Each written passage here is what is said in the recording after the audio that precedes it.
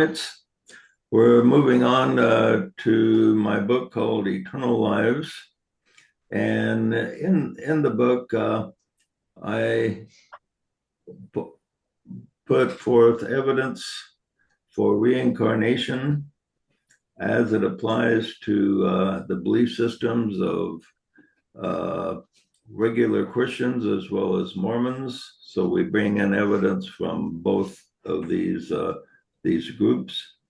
We don't need to bring in evidence from a lot of the religions of the world, like Buddhism, Hinduism, and many and numerous others that already believe in reincarnation. And that's kind of the interesting part about reincarnation is more of the religious people of the world believe in it than don't believe in it. So less than a third of people in the United States believe in it, but in other countries, close to 100%. Well, all the Indians, most of the Indian tribes and the Eskimo tribes believe in it. Yeah, yeah. Now, a person did, there's a guy that did a lot of research into reincarnation that presented a lot of actual physical proof. And his name was Dr. Ian Stevenson. He started in the late 50s, early 60s in doing research. And he found that many people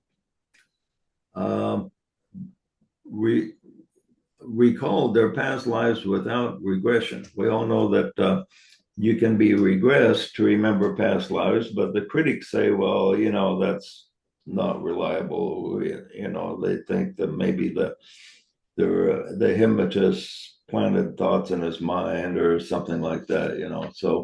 So what he didn't focus on that angle. He found that young children below the age of 7 or 8 often would remember their past lives naturally. And then when they got to greater self-consciousness around the age of 7 or 8, they would forget. So what he did is he began to find these young children that claimed to have remembered their past lives and attempted to validate them. And so what he did, he worked with thousands of different cases over a period of about 40 years of finding children that recalled their past lives. And then if they had a recent past life, he would ask them questions about where were you located, who was your family, and in many cases, the family that they were associated with in a past life wasn't that far away. So what he would do he would find these children and he'd ask them questions. Well, what was the name of the town you lived in, and where did you live? And they would tell him, and he would take them there, and he would figure he had strong validation if he could get 5 or 6 memories validated. And so in a typical example, you'd take this kid, maybe just 4 or 5 years old, that remembers his past life, and he would take them to the village or city where they lived in that past life and visit the home that he actually lived in and have him maybe identify different things that he knew about this home, like maybe items that he possessed that maybe the family still has, and maybe secret compartments in the house or something like that, or hiding places where he hid stuff. And in case after case, he validated about up to 5 or 6 different things that the individual knew about that the people and the area that he lived in that he couldn't have possibly known because he'd never been there before in his current life. And one of the cute cases I liked, one time he brought this young girl and to the village. It was in India, and he brought her to this village. She'd never been there before, and the person that she was married to in the past life was still alive. And so they encountered these people, and she began to identify stuff. But the previous husband, who is now a fairly older guy, says, "Well, this can't be true. She couldn't have been my wife in previous life." And there was this little 5-year-old girl, and he was 50, 60 years old. He says, "Nah, she couldn't have been my. That's impossible." And so she says, "Well, I think I can convince you if you let me whisper in your ear." And so he says, "Okay." So, but she didn't want to say it out loud. And so she whispered in his ear. And while she was whispering in his ear, he turned white.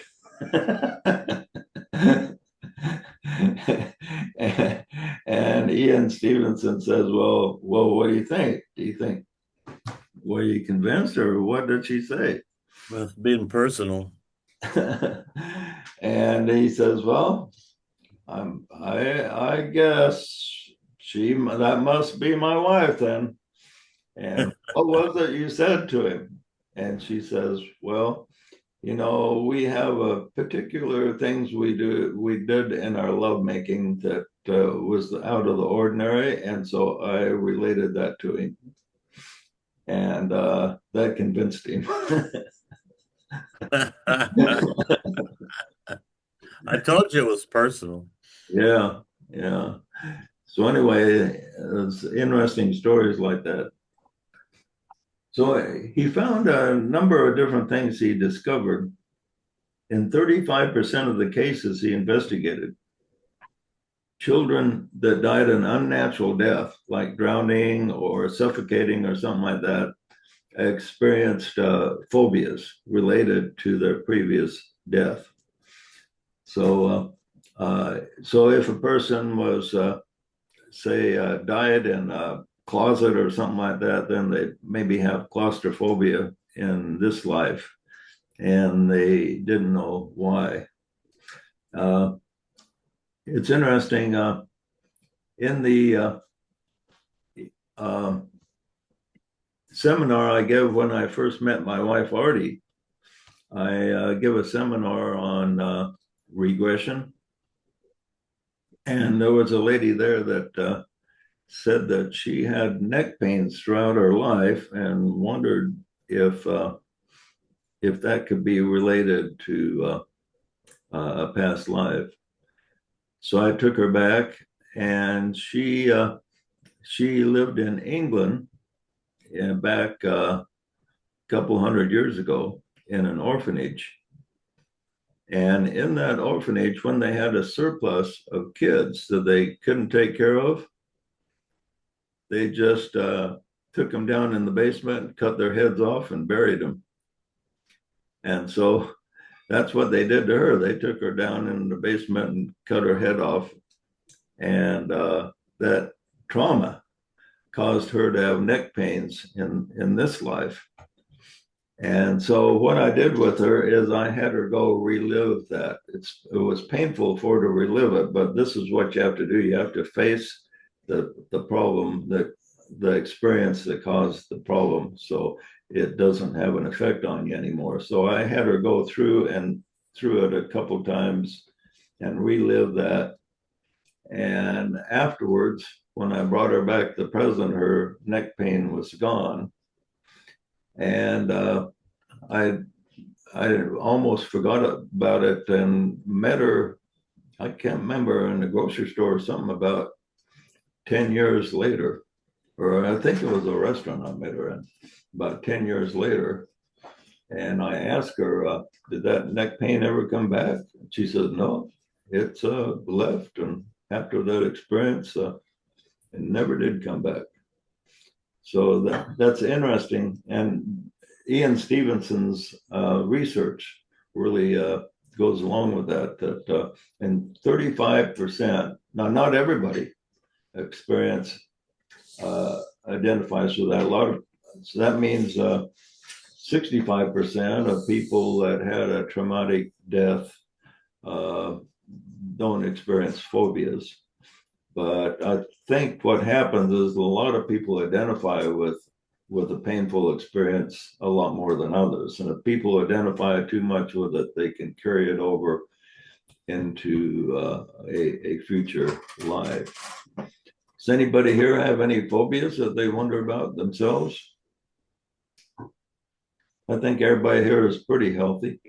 I Uh, have a little bit of something that's like got me since I was young, which is like being like tied to something or stuck to something.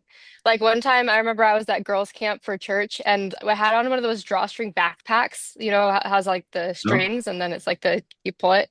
I had one of those on, but it got stuck on the chair that I was on and I like couldn't get off. And I just like, yeah, I like freaked out. So I mean like not like a breakdown, but it was like really intense for me. So yeah, so like being like tied up or restrained, I have a phobia about, I feel like. But that's related to something happened in this life, huh?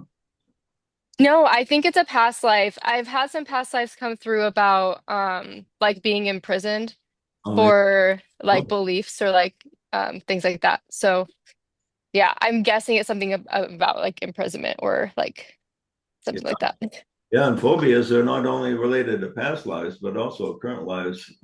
Yeah, probably. Things that happen to you when you're a little kid can have a big effect on you. If your parents tell you you're worthless and never going to amount to anything, I can't imagine telling that to a young kid. But a lot of parents seem to feel in competition with their kids and want to bring them down a notch, which is, A lot of them are projecting their own weaknesses on their children. yeah, that's really sad when people do. Yeah, or not wanting them to outlive them, right? Like they weren't able to break through certain fears, so they don't want to see their kid break through them. Yeah. Yeah, yeah, it's too bad. Well, a lot of all of us have some some hidden, buried issues, dramas, experiences that, we just want to cover up. And that's the value of rebirthing, where you have a rebirthing coach. I learned this from Leonard Orr when I was in California. And it takes about an hour. And through circular breathing, it opens certain neural pathways all the way through your past. And then you'll come up against the memory of an experience that you had, maybe where you were tied up or something, Sydney, and couldn't get away. But you forgot about it. You buried it. And it could have been in a past life, or it could be in this life. But you, through rebirthing, that memory becomes vivid through opening these neural pathways, and then you're able to confront it. If you don't have a coach, you'll stop breathing, circular breathing, because you don't want to confront it. But a good coach will help you confront it, and you face it, and you deal with it in that moment, and basically you erase it, and then you go back and further in your past to another issue or drama that you want to confront. And you do that all the way back until you were born. And that's why it's called rebirthing. And you just open that channel all the way back. And then you feel really, when you're through, you feel really light. You feel light and aha. I did that to my wife, and she remembered some things from her childhood that she worked through. And she goes, I can't believe that. I would have never remembered that if you hadn't taken me there. Yeah, Curtis, I have a question about that. So, based on what JJ was just saying, I wrote in my notebook like we have to almost like relive our past trauma as the observer or like relive it consciously in order to alchemize it. So, like, how do you walk someone through that? Just like let them imagine it all and breathe through it, and They then through that's it. it? That's it. They have to breathe through it. And they confront it, not as an observer, but as a participant. Uh, Okay. or a director. You know, you direct Yeah. life to that experience for a reason. So now, what did you get out of that experience?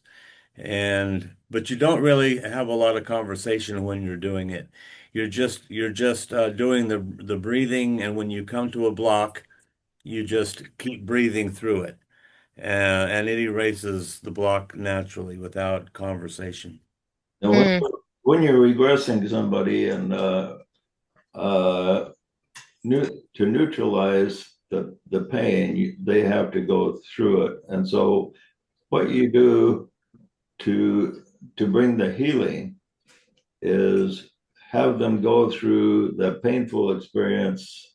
Usually, about 3 times, will do it.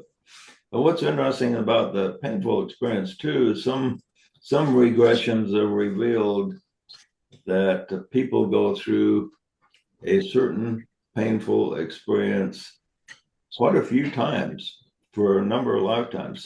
There's instances where people have gone through 3, 4, 5, 6 lifetimes of the same painful type death, for instance.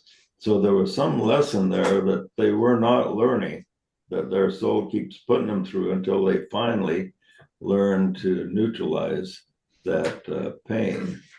And to neutralize that pain in when they're under regression, they have to face it, live through it, and look at it in such a way that they can be the observer. So they're not participating in the pain, they're just observing it now. And when you become the observer, then the pain no longer draws you back. Yeah, you have three positions. You have the participant, the observer, and the director. Your soul is the director, and it's moving you through all these experiences for particular reasons. But along what you were saying there, Joe, the repeating the experience that happens a lot in relationships. Like a woman, you know, she might marry a guy with out of prison with tattoos, and then it doesn't work. And then because maybe he reminds her of her father for whatever reason, and then she'll go into the next relationship and pretty much duplicate the one that she just left, and she can't figure out, why do I keep attracting all these loser relationships? Until she reaches a point where either through rebirthing or regression, she confronts the original causal point that caused it. Okay, Cindy, hmm Sydney. That's Sydney, your like name. Sydney Rigdon. Sydney. Okay. Uh, Sydney. um, you've been a member of the Mormon Church. If you presented this data, these proofs from Dr. Stevenson's research, thousands of kids that remember their past lives to your fellow members, how do you think they would respond when you say, "Well, how is it that these kids remember accurately a past life?"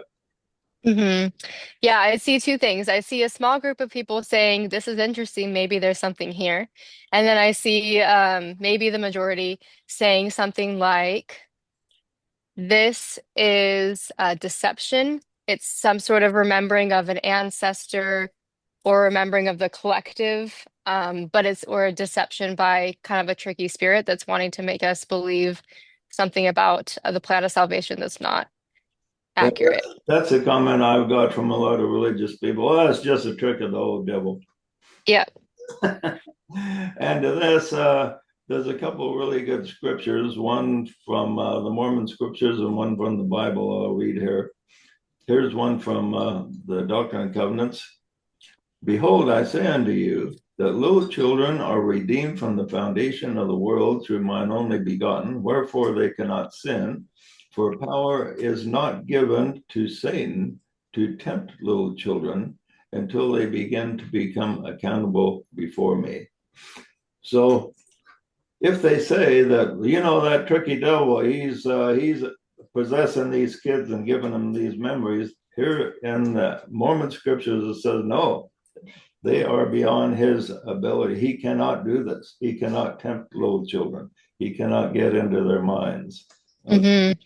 So that pretty much neutralizes that argument. So they now the same thing in the Bible. Jesus said to his apostles, "Suffer the little children and forbid them not to come unto me, for of such is the kingdom of heaven." So little children are of the kingdom of heaven, beyond the ability of dark forces to manipulate. So that means that all these memories that the little children have did not come from some tricky devil. What if, yeah, but then I think that's so good. And then I think the other thing that might come up is they might say, well, then the child is misconceiving. Like they're remembering something, but it's an ancestor's memory. Or it's like they're just misconceiving it in their head. So not a tricky spirit, but just a little confused. Yeah, that's kind of was my theory when I was in the church, when I still believed Orthodox religion to some degree. I thought, well, maybe it's an ancestry memory, except a lot of people recall memories of past lives from people they were not even related to. So Hmm. kind of uh, puts that in sync or out of sync unless you go back to like Adam and Eve type situation, perhaps. Hmm. So, they don't really have a good argument for research that Ian Stevenson came up with, and he's written a couple books. You might want to check some of them out. Uh, Who? his name's Ian Stevenson. Okay. Yeah. Okay. Well, it I does think it's get the also plan of worth. salvation. It Sorry, does get the plan of salvation because people have to take responsibility for their own actions. They can't expect somebody to come and save them when their responsibility is to save themselves. Now, here's another interesting thing he came up with that was even stronger proof. He examined 895 children who remembered their past lives for birthmarks corresponding to wounds. In other words, there was 895 that he examined that had that died from some type of wound, either sword or bullet wounds or something like that. And he found that 395 of them, or 35%, had actual birthmarks in their body in the exact place where the wound that killed them appeared. So if they were shot like in the heart, they had a birthmark in the heart. Now, if the bullet penetrated the entire body, it leaves a bigger gap on the other side where the exit. So the exit, it leaves a bigger gap than the entrance. And on the people that were killed in this way, that they had an entrance and exit of the wound, he found that the birthmarks were in the exact right place. And the exit birthmark was bigger than the entrance birthmark, just like the size of the wound was bigger the exit than the entrance. And he found 395 of the cases he examined, or 35%, had these birthmarks in the exact place.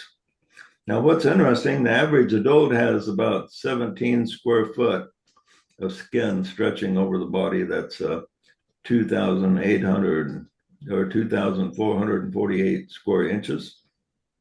So the chances of finding a birthmark on this exact same place is about one chance in 2,448. Now, to find the entrance and the exit in the exact places is over 5 million to 1. Yet in 35% of the cases, of people that had these type of injuries in a past life. He found that they had the birthmarks in the exact places where they had the wounds that killed them. Hey, I got an interesting comment on that. I have on my right leg, on my calf, an entrance, a bullet wound entrance. It's perfectly symmetrical, and where it exited, it's about this big, and it's not symmetrical. It's like blown out. And I think it happened when I was running away either from Indians or bandits, and they shot me in the leg because that's the exact positioning that it would have been if I'd been riding a horse. Yeah, I wonder what killed you off after they got you in the leg, huh? I, I don't know. I think I spurred that horse on even faster. Well, maybe that traumatized you and the more than the final wound, because you realized once you got shot in the foot, you couldn't escape, and maybe that traumatized you more than the final wound. Could have done. But when you see this entrance and exit, it's just like you're talking about this. It's definitely a bullet wound. Definitely. Yeah. I'll show it to you. Now it doesn't happen to everybody. He says it happens about 35%. So if the wound was a traumatic experience for you to go through, then you're likely to have a birthmark. Well, I'm hopefully I got away just from a little blood. Yeah. Yeah. I have a question, JJ. Um, isn't it kind of so from my understanding of reincarnation is that the personality isn't really what reincarnates? Like this would be kind of my only life as Joshua with all these like personality traits, and then it's the soul or the higher self that's kind of like recreating form. So why would like physical injuries or things like that that happen to the personality continue from life to life?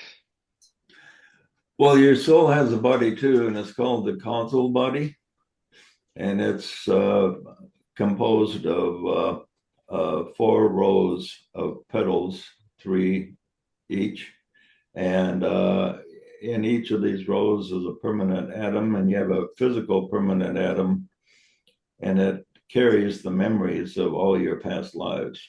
So the memories are preserved, and everything is preserved. So if you have something traumatic enough that's preserved in your physical permanent atom, and it can carry over.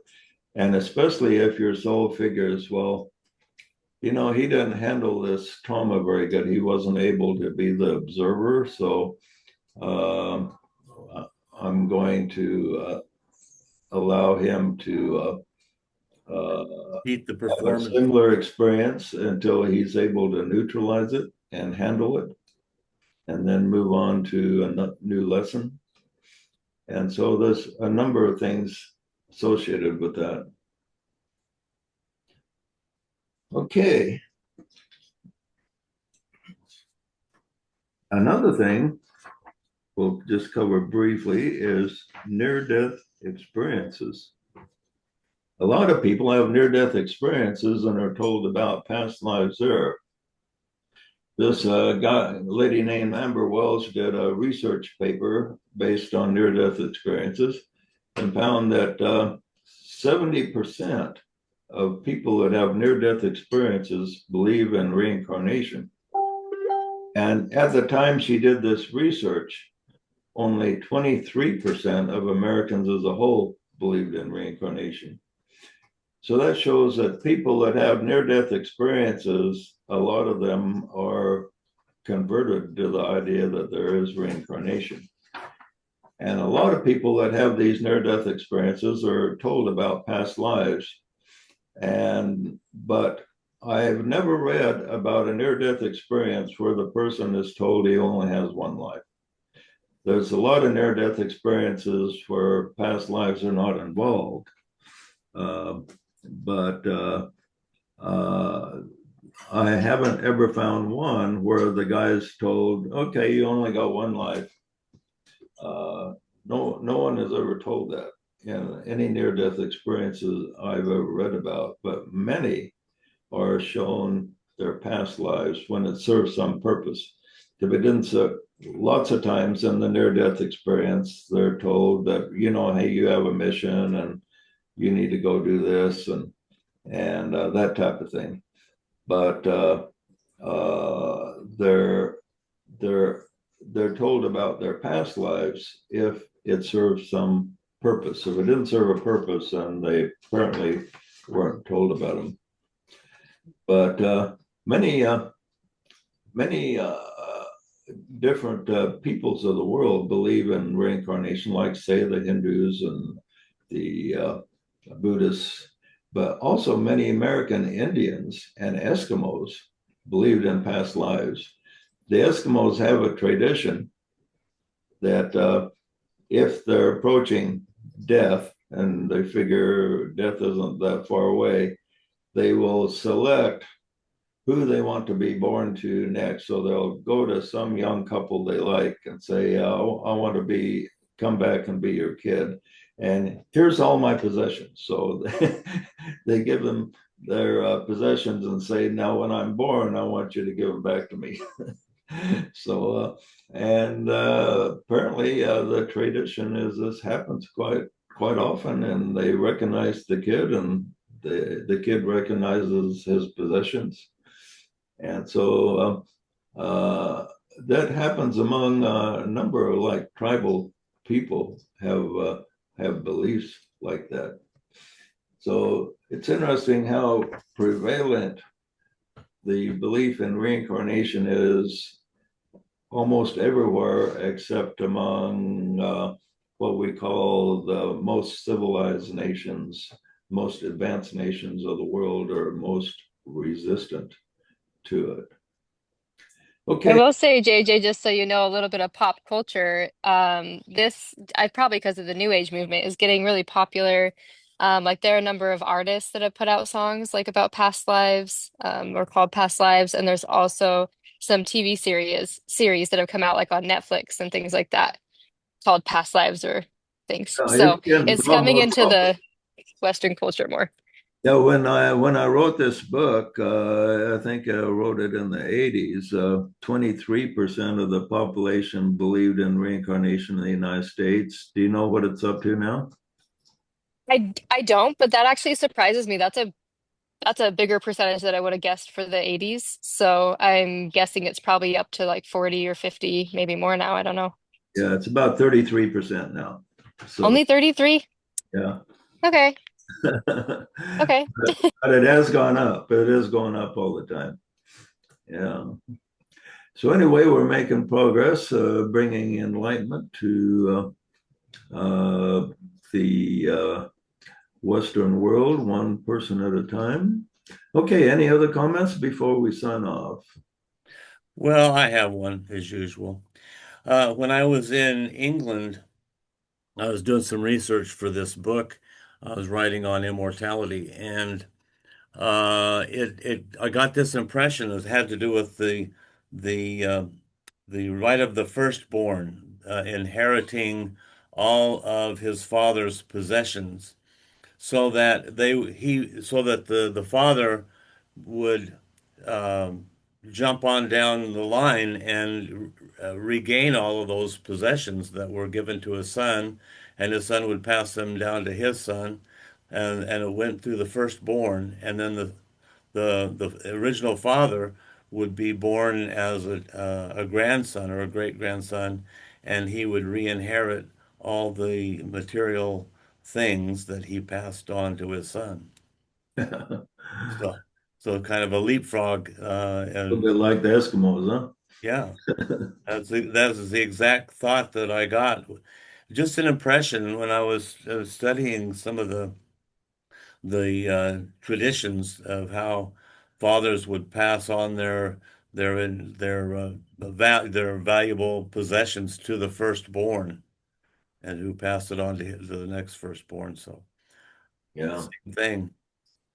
That way you could pick up, you never lost anything. In fact, the son was supposed to augment the possessions that he passed on to his son. So the father would actually receive a greater inheritance down the line. Well, no, I think one of the greatest proofs of reincarnation is just the fact that it makes sense that one life is not enough to learn everything you need to learn about this world and to conquer everything you need to conquer in this world. And the scriptures tell us that we are supposed to become like Christ, and you just can't do that in one life. Well, the other scripture is all things come alike to all. And how can that happen, if a person dies when he's 10 years old? Yeah, yeah. That scripture is not fulfilled. That's when you pointed out to me, I think, a long time ago. Okay, my friends, good discussion, and we will see you again next week. And we will continue this discussion about reincarnation and proof from physical proof as well as proof from the scriptures and writings of inspired people. Until then, may the Spirit be with you. How?